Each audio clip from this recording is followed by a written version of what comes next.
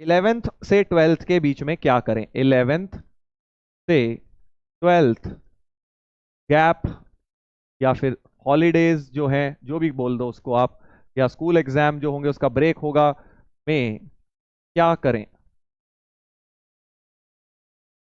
ठीक है भाई साहब।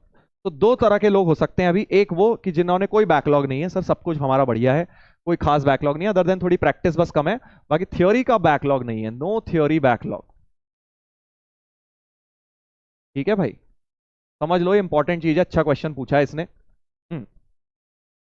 नो बैकलॉग का मतलब है कि यार थ्योरी पूरी पढ़ रखी है, डीपीपीपी थोड़ी रह गई है, वो उसकी बात नहीं कर रहा हूं, या एक आध चैप्टर का बैकलॉग है, मेजर कोई बैकलॉग नहीं है। ठीक है, तो आपने क्या करना है, आपने सबसे पहले तो बेटा सब नोट्स बहुत अच्छी तरह से सारे रिवाइज करने। देख, होता क्या है बेटा, अभी तुमने पहली बार पढ़ा था चीजें, ठीक है, जब तुम कॉम्प्लेक्स 1 पढ़ रहे थे तब तुम्हें ज्योमेट्री का अंदाजा नहीं था। ठीक है, उसके बाद तुम्हारी कोऑर्डिनेट ज्योमेट्री हुई, या ऐसे कह ले जब तू क्वाड्रेटिक या सीक्वेंस सीरीज पढ़ रहा था तब तूने बाइनोमियल की सीरीज नहीं पढ़ी थी। ठीक है, तो वहां पे हो सकता है कि कुछ चीजें, क्योंकि अब तुम ये सीख गए हो, जब दोबारा रिवाइज करो तो कुछ चीजें तुम्हें और समझ में आए, या फिर और इजी लगे, जो तुम्हें पहले टफ लग रही थी शायद वो अब तुम्हें इजी लगेंगी। तो इसलिए सारे नोट्स एक ऑर्डर से ढंग से रिवाइज करने हैं। जैसे होता है ना, कोई पहली बार मूवी देखने गए, बहुत सारी मूवी, इंसेप्शन में भी ऐसे ही होता था कि भाई पहली बार देखी कुछ समझ आया, बट दूसरी बार देखी क्योंकि हम आगे का देख चुके हैं मूवी में, इसलिए जब स्टार्टिंग वाला पार्ट भी कुछ ज्यादा अच्छी तरह समझ आ गया।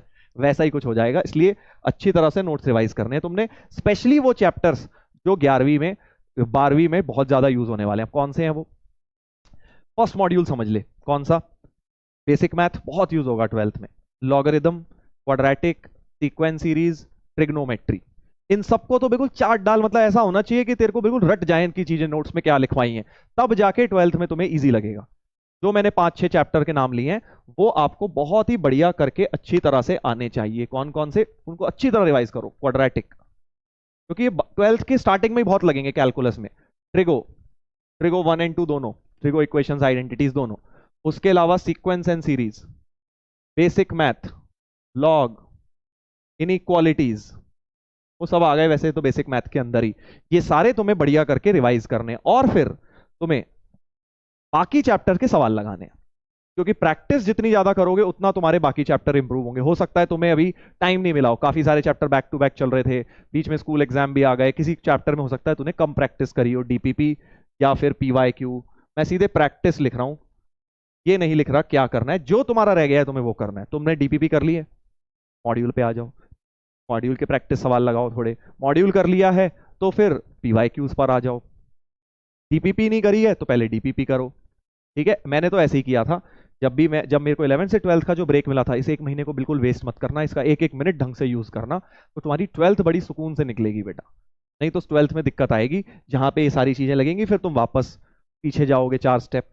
ठीक है, ये 3 चीजें करनी है जिन लोगों का कोई थ्योरी बैकअप नहीं है, और जिनका थ्योरी बैकअप है तुम्हें तो बेटा सबसे पहले, अगर तुम चाहते हो जो गलतियां 11th में करी हैं वो 12th में तुम्हारे साथ ना हो, तो ये चैप्टर अच्छी तरह करने हैं पहले।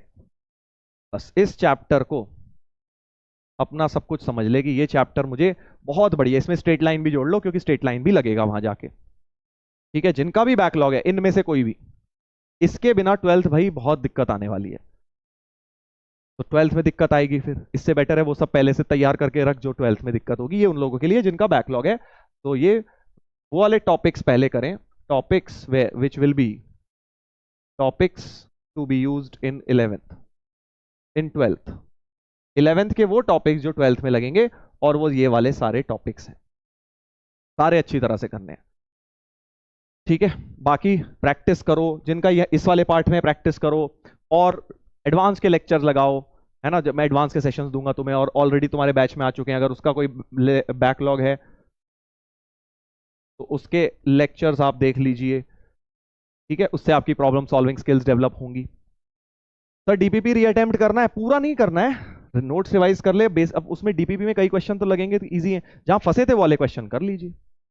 ठीक है, बस इतना ही करना है, ज्यादा गैप होगा नहीं, जितना गैप होगा, और उसमें स्कूल एग्जाम भी दोगे, जो भी है इतना भी कर लोगे तो बहुत है।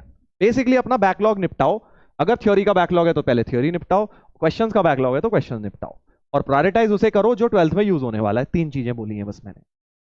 ठीक है।